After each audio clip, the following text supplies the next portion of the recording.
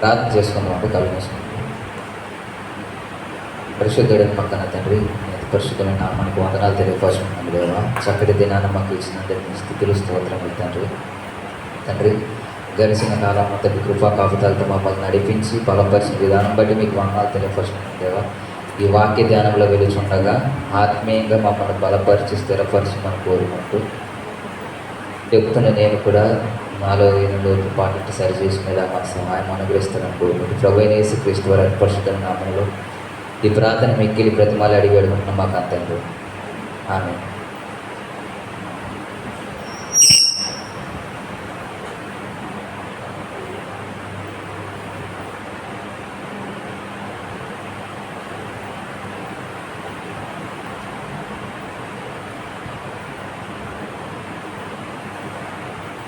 దేవుడు తన కృప ద్వారా మనందరికీ మరొక జీవితాన్ని ప్రసాదింపచేసి మన ఆశయాలు మన జీవితాల ద్వారా జరిగించుకోవాలని దేవుడు మరొక నూతన దినాన్ని దేవుడు మనకి ప్రసాదించాడు. కాబట్టి కొద్ది నిమిషాలు దేవుడి మాటలు మనం ధ్యానించుకుందామండి. ఇక్కడ మనం కూర్చున్న వారందరిలో, ప్రస్తుతం ఉన్న వారందరిలో ఎవరు గొప్ప నా ఆలోచన చాలామందికి వస్తుంటుంది. బేసిక్గా సంఘంలో ఉన్నాం కాబట్టి, చర్చ్లో ఉన్నాం కాబట్టి మనలో ఎవరు గొప్ప అని అనగానే ముందు గుర్తు వచ్చేది పాస్టర్ గారు గుర్తు వస్తారు. లేదా ఆయనకన్నా ఇంకెవరైనా గొప్పవారు ఉన్నారా అని చూస్తే పోనీ వాక్యం చెప్తుంది నీకు నిలబడి ఉన్నాను, నేను గొప్ప, ఆయన గొప్ప, లేకపోతే కూర్చుని వింటున్నా మీరు గొప్ప, ఎవరు గొప్పవారు? దేవుడు కొంతమంది జీవితాల ద్వారా మనకి ఎన్నో పాఠాలు నేర్పిస్తుంటాడు, తెలియపరుస్తుంటాడు. కొన్ని విషయాలు మనకి ఏదైతే కోల్పోయామో దాని ద్వారా మనకి అర్థం చేయిస్తుంటాడు. బైబిల్లో కొంతమంది భక్తుల జీవితాల గురించి రాసిన, అలాగే కొన్ని ఉపమానాలు చెప్పిన ప్రతిదీ నేటి తరంలో ఉన్న క్రైస్తవులకి మనకు ఉపయోగపడాలని దేవుడు మనకి నేర్పిస్తూ ఉంటాడు. బైబిల్లో మీరు ఏ భక్తులు చూసినా, భక్తిహీనులు చూసినా, భక్తుల దగ్గర నుంచి మనం ఏం నేర్చుకోవాలి, భక్తిహీనుల దగ్గర నుంచి మనం ఏం నేర్చుకోకూడదు అనేది దేవుడు మనకి తెలియపరుస్తూ ఉంటాడు. యేసుక్రీస్తు వారి పరిచర్య చేస్తున్న దినములో అనేక మంది ఆయన శోధించడానికే ఎక్కువ మంది వచ్చేవారంట. అంటే ఇప్పుడు ఒకరు వాక్యం చెప్తున్నప్పుడు ఆ వాక్యం చెప్పి ఆయన మనకు నచ్చలేదు అనుకోండి, వారి గురించి వెళ్ళి పక్కనలతో చాటి వేయడము, లేకపోతే వారిలాగా వీరిలాగా అని లేనిపోని మాటలు క్రియేట్ చేసి చెప్పడం.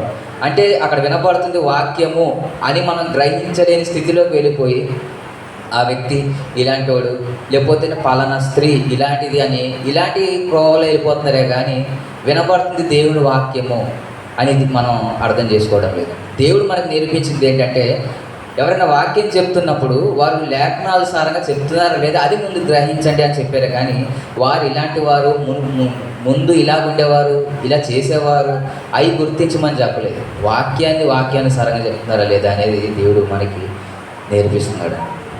కనుక కొద్ది నిమిషాలు లేఖనాల్లో కొన్ని మాటలు మనం చూడగలిగితే, లూకాసు వార్త 18వ అధ్యాయము 9వ వచనం నుంచి మనం చూడగలిగితే, లూకాసు వార్త 18వ అధ్యాయము 9వ వచనం నుంచి, తామే నీతిమంతులమని తాము నమ్ముకొని ఇతరులను తృణీకరించు కొందరితో ఆయన ఈ ఉపమానం చెప్పాను. అంటే ఆయన చేస్తున్న పరిచయ కాలములో కొంతమంది ఎలా ఉన్నారంటే, వారే నీతిమంతులము అని చెప్పుకునేవారు కొంతమంది ఉన్నారంటే. దేవుడికి మించిన నీతి ఏ మనుషులు మనకు కనబడుతుందండి? ఏ మనుషులు కనబడుతుంది? ఆ దేవుని విశ్వసించే కదా మనం ఇక్కడ అందరి సంఘంలోకి వచ్చాము. కానీ కొంత ఫేమ్ రాగానే, కొంత పలుకుబడి రాగానే, కొంచెం వారికి వాక్య జ్ఞానం రాగానే ఏమైపోతున్నారంటే, మేము నీతిమంతులము. ఇక్కడ వినేవారందరూ నీతిమంతులు కాదు, వారికి ఏమీ తెలియదు. నేను వాక్యం ప్రసంగం బాగా చేయగలను, బాగా పాడగలను, బాగా ఉండగలను, ఈ దృక్కోణంతో ఉండిపోతున్నారే కానీ ఏం మనం నేర్చుకోవాలి అనేది మర్చిపోతున్నారండి.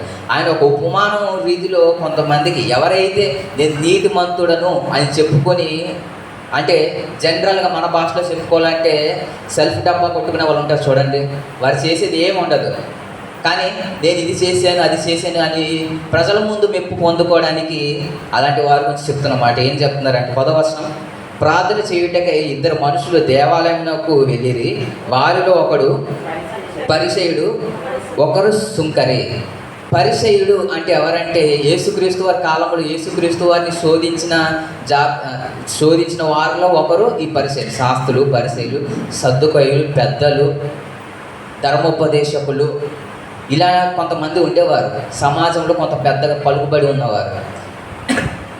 ఈ పరిసయ్యులు అంటే ఎవరంటే ధర్మశాస్త్రాన్ని బాగా పాటిస్తారండి. ధర్మశాస్త్రం ఏంటి? మోసే ఇచ్చిన ఆజ్ఞలు 10 ఆజ్ఞలు బాగా పాటిస్తారంట. మిగిలిన జనాంగం ఉన్నారు కానీ వారంతగా అరాకొరగా పాటించేవారేమో కానీ వీరు మాత్రము తూచా తప్పకుండా పాటించేవారంట. ఎవరు? పరిసయ్యులు. ధర్మశాస్త్రాన్ని పాటించేవారంట.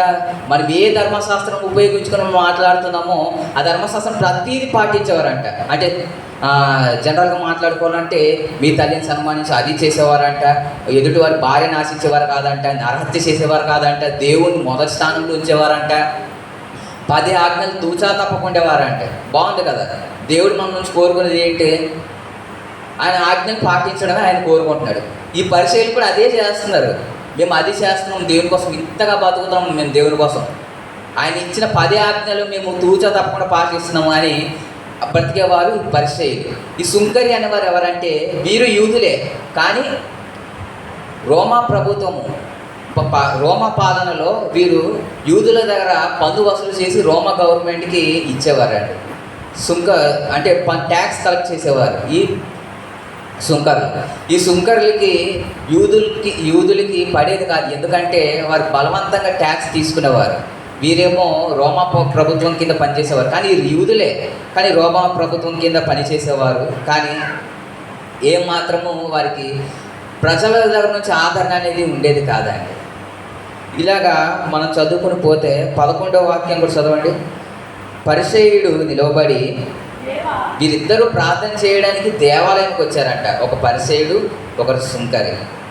ఒకరేమో గవర్నమెంట్ కింద పనిచేస్తున్న ఒక వ్యక్తి, మరొకడేమో దేవుని దగ్గరే పనిచేస్తున్న ఒక వ్యక్తి. వీరు ఏం చేస్తున్నారంటే, మొదటివాడు, దేవా నేను చోరులను, అన్యాయస్తులను, వ్యభిచారులనైనా, ఇతరుల మనుషులనైనాను, ఈ సుంకరి వలనైనాను ఉండనందుకు నీకు కృతజ్ఞతాస్తులు చెల్లించుచున్నాను. ఈ పరిసయ్యుడు ప్రార్థన ఎలా ఉంది చూడండి. నేను చోరుల్లాగా, అన్యాయస్తుల్లాగా, వ్యభిచారులైన ఇతర మనుషుల్లాగా, ఈ సుంకరులాగా ఉండనందుకు నీకు కృతజ్ఞతాస్తులు తెలియజేస్తున్నాను అని తన ప్రార్థన చేస్తున్నాడు. అంటే ఇతను ఒక పొజిషన్లో ఉన్నారు.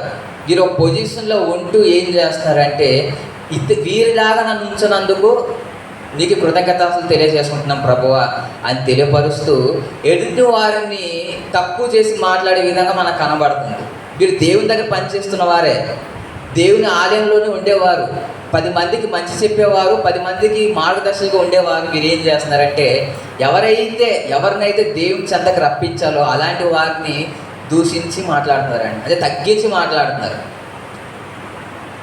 ప్రాక్టికల్గా మనం ఆలోచిస్తే ఈతను చేసిన ప్రార్థనలో దేవుడికి నచ్చిన వాళ్ళు ఎక్కువ మంది ఉన్నారు.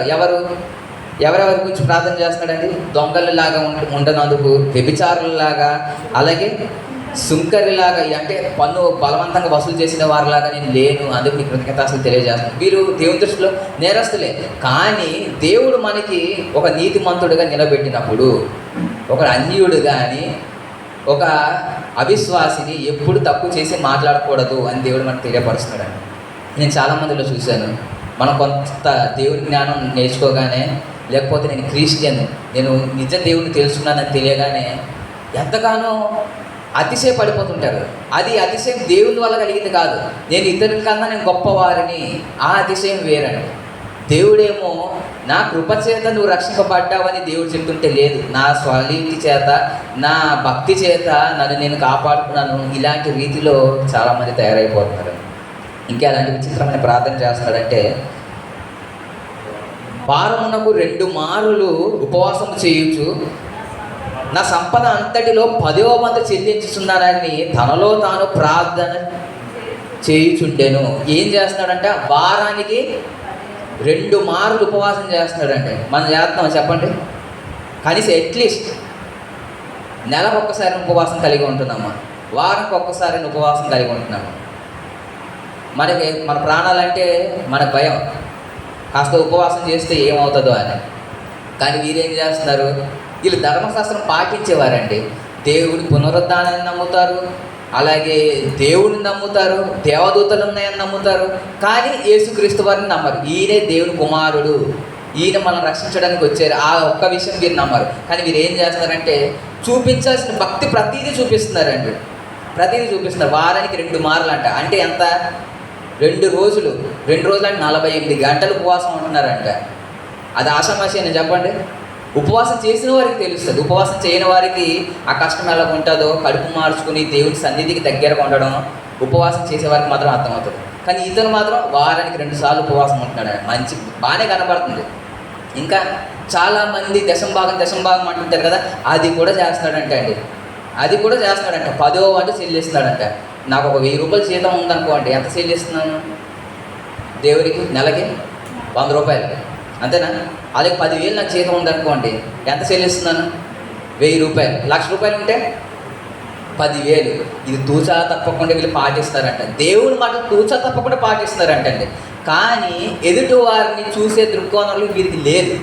మీరు బైబిల్ మొత్తంలో చూస్తే దేవుడు నూతన నిబంధన, పాత నిబంధన, నూతన నిబంధన మనకి వేరు చేసి చూపించాడు. అంటే పాత నిబంధన ఒక ఛాయగా దేవుడు చూపిస్తూ, నూతన నిబంధన అనేది ఫుల్ ప్లస్ అంటే పరిపూర్ణతకి మనకి సూచనగా మనకి తెలియపరుస్తున్నాడు. మీరు 10 ఆజ్ఞల్నే ఇంకా నేను అది చెయ్యాలి, ఇది చెయ్యాలి, తల్లిదండ్రుల్ని, ఇంకా వ్యభిచారుల్ని, అవి ఇవి మనం అనుకుంటున్నాము. కానీ ఇవన్నీ మనం పాటిస్తున్నాము. అమ్మ నాన్నని గౌరవించాలి, వ్యభిచారించకూడదు, ఇంకా హత్య చేయకూడదు, దేవుడిని మతస్థానంలో ఉంచాలి, ఇవన్నీ మనం చెప్పుకుంటున్నాం. ఇంకా ఆ ఛాయా బ్రతుకుని ఇంకా కావాలని మనం అనుకుంటున్నామా? కానీ నూతన అధ్యాయంలో దేవుడు చూపించింది ఏంటంటే, నిన్ను వాళ్ళని పొరుగు వాళ్ళని ప్రేమించమని ఒక్క ఆజ్ఞతో ప్రతీది పరిపూర్ణంగా చేయబడిందంట. ఇంకా ప్రతీది పరిపూర్ణంగా చేయబడిన తర్వాత పాత నిబంధనలో ఉన్నవి ఛాయ అని మనకి తెలియపరుస్తున్నాడండి. అందుకే వీరు ఛాయా బ్రతుకులోనే బ్రతుకుతున్నారు. ఎవరు? పరిసయ్యులు ఆ ఛాయా బ్రతుకుతున్నారే. కానీ ఒక వ్యక్తిని ప్రేమించాలి అనే దృక్కోణంతో, అలాగే ఒక వ్యక్తి ఈ నేరంలో ఉన్న, ఈ పాపంలో ఉన్న, లేదు అతని కోసమే దేవుడు వచ్చాడు అని ఆ దృక్కోణంతో ఎప్పుడు ఆలోచించడం లేదండి. అందుకే ఈ సుంకరిలాగా ఎక్కడైతే 2 దేవాలయంలో ప్రార్థన చేయడానికి వెళ్ళారో, ఎవరైతే ప్రార్థన చేసేటప్పుడు కూడా ఎప్పుడు గర్వంతో ఎప్పుడు ప్రార్థన చేయకూడదండి. నాకు ఎప్పుడు అదే మీకు చెప్తుంటాను. ఏంటంటే సంఘానికి వచ్చిన తర్వాత మీ డిసిగ్నేషన్స్, అలాగే మీ జెండర్స్, అలాగే మీ పెద్దరికాలు, మీ యవ్వన కాలము జ్ఞానము సంఘములో మీ సొంత ఆలోచన చేత ఎప్పుడు ఉపయోగించకండి. దేవుని మందిరానికి వచ్చిన తర్వాత అందరు సమానులే అని మనం గుర్తించాలి అని నేను చెప్తున్నాను. సంఘానికి అందరు చదువుకునే వాళ్ళు వస్తారా? చదువులేని తల్లిదండ్రులు, వృద్ధులు వీళ్ళు కూడా వస్తుంటారు కదా. మరి వారిని ఒకలాగా వీరిని ఒకలాగా చూస్తారా? చూసే సంఘాలు చాలా ఉన్నాయి ఇప్పటికి. మీరు చెన్నై ప్రాంతంలోకి వెళ్ళినా, కొన్ని పెద్ద ప్రాంతాలకు వెళ్ళినా, నేను సేవకునని చెప్పుకుని అనేక మందిని, ఎవరైతే అగ్ర కులానికి చెందిన వారిని కుర్చీలో కూర్చోబెడుతున్నారు, తక్కువ కులానికి చెందిన వారిని నేల మీద కూర్చోబెడుతున్నారు. అది మీకు బయటకు తీసుకురారు. ఎందుకు తీసుకురారు? చెడ్డ పేరు వస్తుందని. ఎవరికి? క్రైస్తవులకి. కానీ దేవుడు మనకు నేర్పించేది అలా ఉండకండి, ఉంటే అందరు సమానంగా ఉండండి. సంఘానికి వచ్చిన తర్వాత అందరూ ఒకలాగే బ్రతకాలి. నువ్వు ఏ కులమస్తుడైనా నీకు ఈ లోకము నీకు ఏదో కులం అంట కట్టేసింది. అది మన ద్వారా జరిగింది కాదు.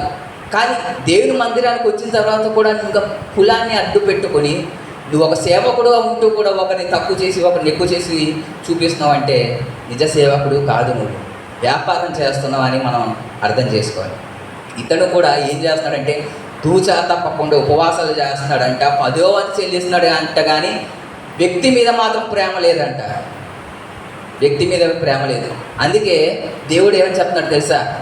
నువ్వు పరలోక రాజ్యం చేరాలంటే మొదట వెళ్ళి వాడికి సమాధానం పడు అని చెప్తున్నాడు. నువ్వు నా కోసం ఏమీ చేయవసరం లేదు. ఏంటి, నేను నీకోసం అది చేసిన ప్రభువా, ఇది చేస్తున్నాను ప్రభువా, నీకోసం అవి చేస్తున్నాను ప్రభువా, అది కాదు. ముందు వ్యక్తుల పట్ల నీ పట్ల ఎలాగ సమాధానం ఉంది? నిజంగా వ్యక్తిని ప్రేమిస్తున్నావా? ఆ వ్యక్తి పట్ల దయ కలిగి ఉన్నావా? అవన్నీ నేను దేవుడి కోసం చేస్తున్నాను, అవన్నీ నాకు వద్దు నాయన, ఫస్ట్ నువ్వు వ్యక్తులను ప్రేమించు అని దేవుడు తెలియపరుస్తున్నాడు. అందుకే నేను క్రైస్తవులుగా ఉన్నప్పటికీ, మనమందరం క్రైస్తవులుగా ఉన్నప్పటికీ మన బంధువుల్లో అన్యులు ఉన్నారు, స్నేహితుల్లో అన్యులు ఉన్నారు, దేవుని ఎరగని వారు ఉన్నారు, మన దేవుని దూషించే వారు ఉన్నారు. అలాంటి వారిని మనం ఏం చేయాలండి? సుంకర్లాగా పరిచయంలాగా ప్రార్థన చేయాలా? వారిలాగా నన్ను ఉంచనందుకు నీకు స్తోత్రములు, అది ప్రార్థన కాదండి, గర్వం. అది గర్వంతో చేస్తున్న ప్రార్థన అది. ఎందుకంటే దేవుడు వచ్చిందే పాపులను పిలవడానికి వచ్చానని దేవుడు చెప్తున్నప్పుడు నువ్వు అదే పాపిని ద్వేషిస్తే ఆ పాపికి మారు మనసు ఎలా కలుగుతుందండి? నేను ఒకరోజు ఆ స్థితిలో ఉన్నవాడిని నేను, కానీ నా దేవుడు నా ప్రేమ చేత పాపిని నన్ను కరుణించి తన రక్తం చేత నన్ను శుద్ధిపరిచాడు. మరి నీ పొరుగువాడు కూడా అన్యుడైనా, నీ చుట్టుపక్కల ఉన్నవారు అన్యులైనా, ఎవరైనా నేరస్తులై పాపులై ఉన్నప్పటికీ వారిని ఎందుకు తప్పు చేస్తూ వస్తున్నావు? ఆ ఆలోచన తీసేయండి. ఎప్పుడు ఒకరిని తప్పు చేసి చూడకండి. నేను దేవుణ్ణి ఎరిగానంటే అది ఆయన కృప వలన నేను బ్రతుకుతున్నాను, నా శక్తి వలనో, నా జ్ఞానం వలనో, నాకున్న వాక్యోపదేశం వలనో కాదు. నాకన్నా బాగా తెలిసిన వారి వీళ్ళు పరిచయులు, కానీ దేవుని కోసం బ్రతుకుతున్న వారు అని చెప్పుకుంటూ కూడా మనిషిని ద్వేషిస్తున్నారంటే వీళ్ళు దేవుని దృష్టిలో ఎంచబడిన వారు కాదండి. మరొక వ్యక్తి ఏం ప్రార్థన చేస్తున్నారు చూడండి, 6వ వచనము,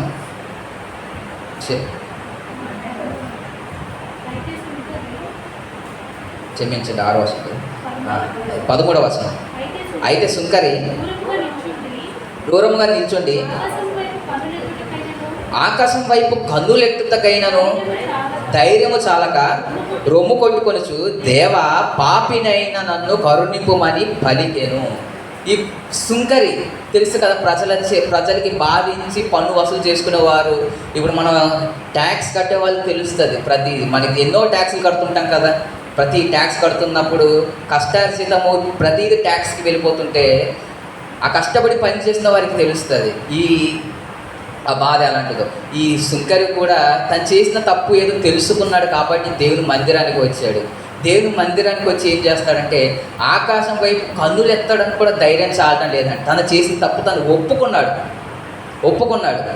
ఒప్పుకొని ఏం చేస్తాడంటే తను రొమ్ము కొట్టుకొనుచు, దేవా పాపనైనా నన్ను కరుణించు అని దేవుడు తెలియపరుస్తుంది. ఇద్దరి ప్రార్థనల వ్యత్యాసం చూడండి ఎలాగుందో. ఇద్దరి ప్రార్థనలు వ్యత్యాసం ఉంది.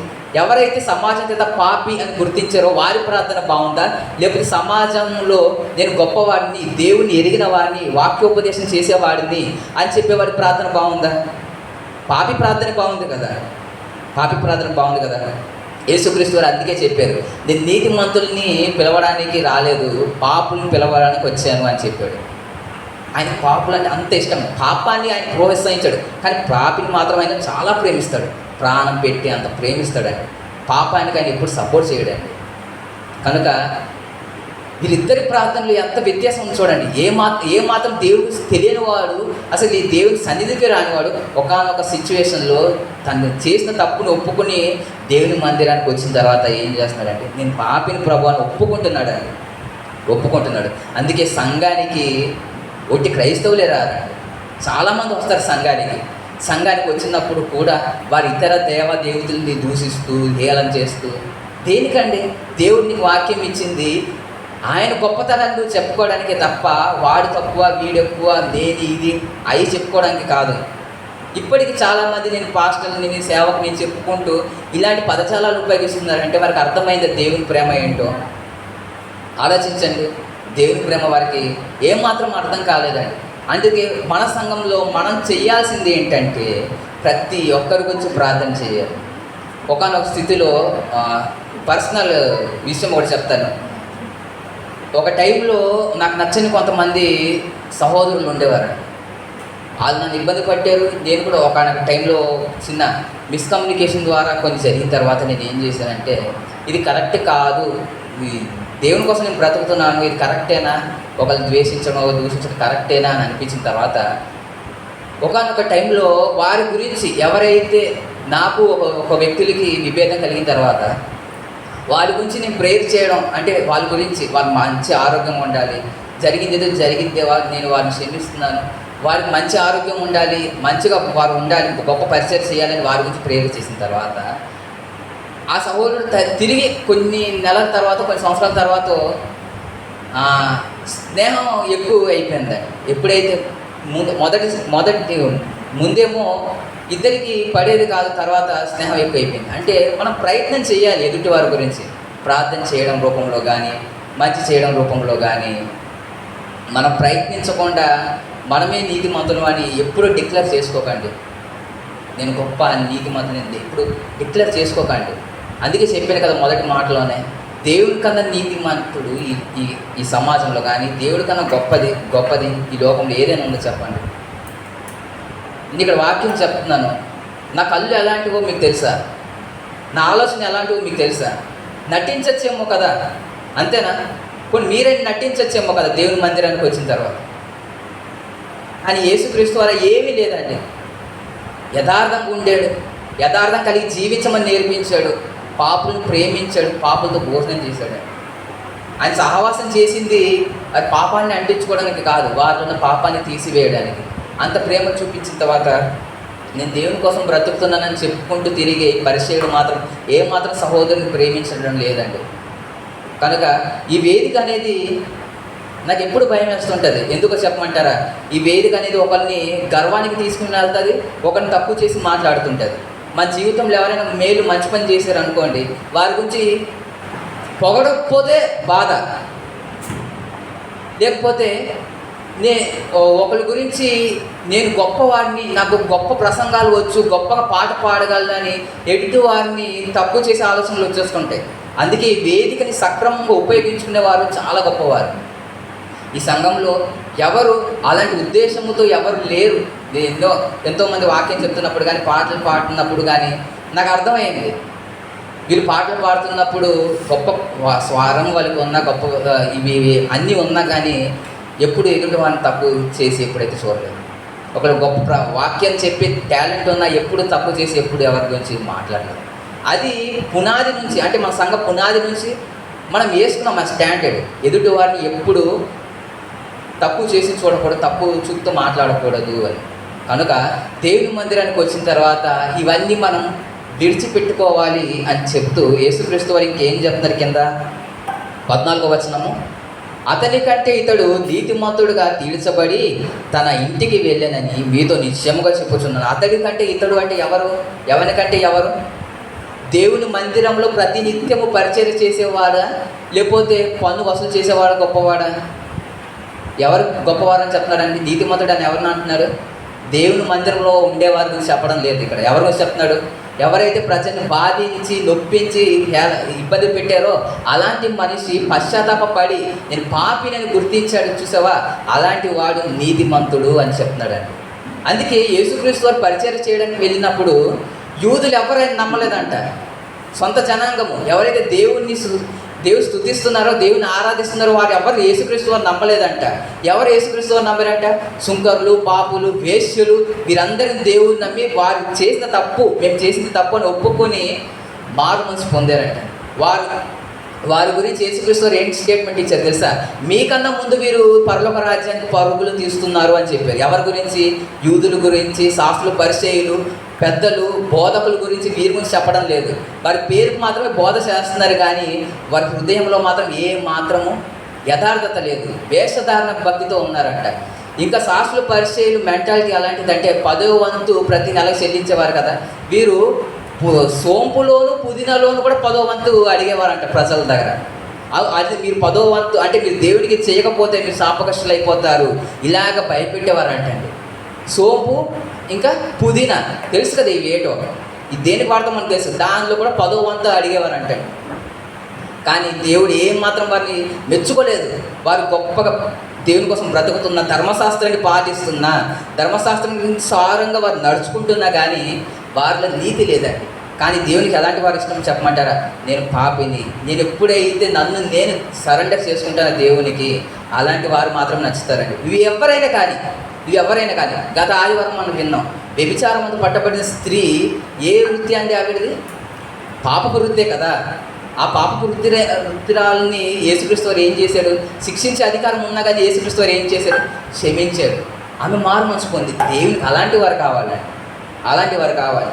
నేను అవి చేస్తాను ఇది చేస్తానంటే దేవునికి అది నచ్చదు. ఎప్పుడు నేను దేవుడి కోసం ఏది చేసినా ఎప్పుడు చెప్పుకోకండి మనుషుల దగ్గర. దేవుడు చూస్తున్నాడు కదా, తగిన కాలం ముందు నీకు దేవుడు ప్రతిఫలాన్ని అనుగ్రహిస్తాడు. కనుక మన దేవుని కోసం ఎంత బ్రతికినా అది శూన్యమా అండి. దేవుని కోసం నేను ఎప్పుడు అనుకుంటాను, దేవుని కోసం ఒక కొంత ఏదైనా చెల్లించినా, ఏదైనా సభలు అప్పుడు పెట్టినా, ఆయన ముందు నేను చేసింది ఇసుకరేనంత, కానీ నేను మనుషుల ముందు చెప్పుకునేది కొండ అంత. ఇలా తయారైపోయింది ఈరోజు సమాజం. అంటే మనుషులు మెప్పుల కోసం మనం చేస్తుంటే నిజంగా నేను దేవుని నిజంగా ప్రేమిస్తున్నట్టుగా కాదని మనం అనుకోవాలి. కనుక మనుషుల ముందు ఎప్పుడు ప్రదర్శించకండి నేను భక్తుడిని, నేను భక్తి పరురాలిని అని ఎప్పుడు ప్రదర్శించకండి. నీ భక్తి అనేది దేవుని ముందు కనబడాలండి. నేను ఇక్కడ వినయంగా వచ్చి వాక్యం చెప్పేస్తూ పొరుగు వాడిని వెళ్ళి ద్వేషిస్తున్నానంటే నాది నిజమైన భక్తి చెప్పండి. నేను ఇక్కడ వినయంగా ప్రార్థన చేసేస్తూ గదిలోకి వెళ్ళి కనీసం మోకరించి కూడా ప్రార్థన చేయలేకపోతున్నానంటే అది మనుషుల కోసం, నేను మంచి పదజాలాలతో మనుషులు మెప్పు కోసం ప్రార్థన చేస్తున్నట్టే వస్తుంది తప్ప నిజంగా నా దేవుని కోసం నేను ప్రార్థన చేస్తున్నట్టుగా ఆ కోవలోకి రాదు. కనుక దేవుడు ఎప్పుడు నలుగురిలో నీ భక్తి చూడడు, ఒంటరిగా ఉన్నప్పుడే నీ భక్తిని చూస్తాడు. అందుకే కనులు ఎత్తడం కూడా ధైర్యం చాలలేదంటే ఆ సుంకరికి ఎంత గొప్ప భక్తుడిగా తన జీవితాన్ని మార్చుకున్నాడు చూడండి. తర్వాత తను చేసే పని, గవర్నమెంట్ పని మానేసుకొని దేవుని కోసం నిలబడి దేవుని కోసం నడుచుకున్న గొప్ప సుంకరి లాంటి వారు మనకి జీవితాన్ని నేర్పిస్తున్నారండి. అందుకే చివరికి ఒక మాట చూసి మనం ముగించుకుంటాము. మత్తయి సువార్త 5వ అధ్యాయము 20వ వచనము. 5వ అధ్యాయము 20వ వాక్యం చదవండి. శాస్త్రుల నీతి కంటేను పరిసయ్యుల నీతి కంటేను నీ నీతి అధికముగా కాని ఎడల మీరు పరలోక రాజ్యంలో ప్రవేశింపరని మీతో నిశ్చయంగా చెప్పుచున్నాను. ఆ సమాజంలో ఎవరైతే పెద్దలుగా పిలువబడ్డారో, ఎవరు? శాస్త్రులు, పరిసయ్యులు, వీరి నీతి కంటే మీ నీతి ఏమై ఉండాలంట? అధికంగా ఉండాలి. ఒకవేళ లేకపోతే పరలోక రాజ్యం మీకు ఉండదు అని చెప్పారు. మరి ఈ రోజుల్లో శాస్త్రులు, పరిసయ్యులు ఉన్నారా? లేరు కదా. మరి ఈ రోజుల్లో ఆ పెద్దలు ఎవరు? మన సంఘంలోనే. అందుకే మీకు మొదట్లోనే ప్రశ్న అడిగాను, మన ఎవరు గొప్పవారు? ఎవరు గొప్పవారు కాదు. మనలో అందరూ ఒకటే దేవుని దృష్టిలో. దేవుని దృష్టిలో అందరూ సమానమే. అలాంటి వారిని దేవుడు చూపిస్తూ ఏం చెప్తున్నారంటే మీరు వారి నీతి కన్నా గొప్పగా ఉండాలని చెప్పాడు తప్ప వారిని తక్కువ చేసి, వారిని దూషిస్తూ, వారిని హేళన చేస్తూ, వారి తక్కువ మాటలతో పదజాలతో ఉపయోగించి ఎప్పుడు అలాగా మీరు ఉండకండి అని దేవుడు తెలియపరుస్తున్నారు. కనుక సంఘస్థులారా, మనం ఎప్పుడు దేవుని మందిరానికి వచ్చినా, ఎప్పుడు దేవుని సన్నిధికి వెళ్ళి ప్రార్థన చేసినా అందరి గురించి ప్రార్థన చేయడానికి ఆసక్తి చూపించండి. అలాగే సుంకరిలాగా ఉండడానికి ప్రయత్నం చేయండి. ఎందుకంటే దేవుడు ఎప్పుడైతే మన రిపెంటెన్స్ అంటే పశ్చాత్తాప పడతామో అలాంటి వారంటే దేవునికి బాగా ఇష్టం. అంతే తప్ప నేను దేవుని కోసము చాలా కార్యాలు చేశాను, నేను దేవుని కోసము ఇది ఇచ్చాను, నేను దేవుని కోసము అది చేశాను, అది దేవునికి నచ్చదండి. అంటే అది నువ్వు దేవుని కోసం చేస్తున్న లెక్కలోకి రాదు. అది మనుషుల దృష్టిలో చేసుకునే ఒక లెక్కలోకి వస్తుంది. కనుక ఇలాంటి ఆలోచన నాలో ఉన్న మీలో ఉన్న మనం సరి చేసుకుందాము. మన సంఘాన్ని ఇంకా అభివృద్ధి చెందాలంటే ఇలాంటి సుంకరి జీవితంలో ఎలాగైతే తను రిపెంటెన్స్ అంటే పశ్చాత్తాపం కలిగి జీవించాడో అటువంటి జీవితం మనము కూడా కలిగి మనం ముందు కొనసాగాలని కోరుకుంటూ నేను ఆ మాటలు ముగిస్తున్నానండి. సమయాన్ని ఇచ్చిన దేవాలయ దేవునికి కృతజ్ఞతాస్తులు తెలియపరుచుకుంటూ, సమయం ఇస్తున్న పెద్దలని మీ అందరికి కూడా వదనాలు తెలియపరుచుకుంటున్న మాటలు